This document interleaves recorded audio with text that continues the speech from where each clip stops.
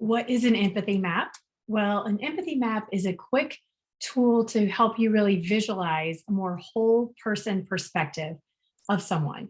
So the traditional quadrants of a empathy map includes what someone is saying and doing and what they're thinking and feeling.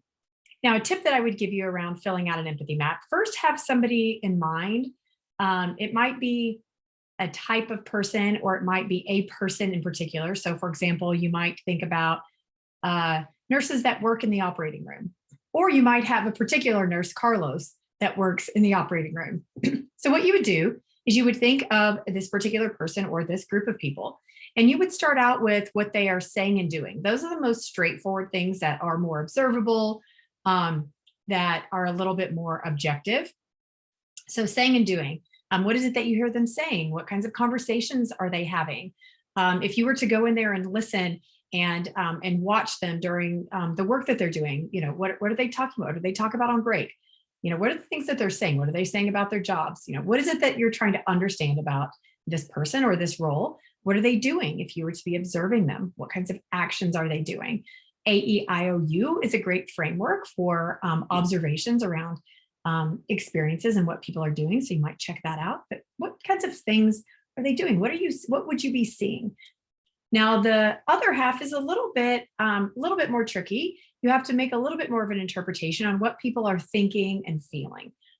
They may not be direct with you about what they're thinking and feeling. So you may have to sort of interpret or extrapolate based on what you've heard them say and what you see them doing. So what might they be thinking about? What keeps them up at night, if you will? What occupies their brain?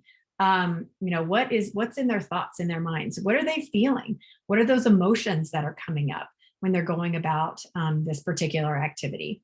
So those four quadrants, complete those four quadrants either as an individual or you complete them as a team, and then you step back and look at them. Now, the interesting part is actually in the reflection of the empathy map. When you start to look at what are things that are actually kind of incongruent, or sometimes we use the word tensions with each other. So there's two things you're looking for: tensions and patterns. A tension doesn't necessarily mean a bad thing. That doesn't mean like a fight.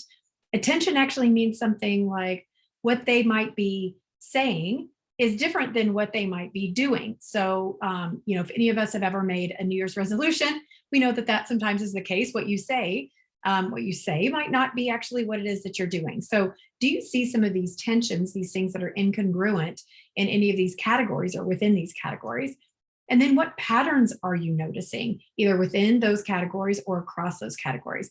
Patterns and tensions help you to lead to insights to help you understand this particular person or this role that you're looking at. So good luck with your empathy map, and I hope it brings you to some great insights. Thanks.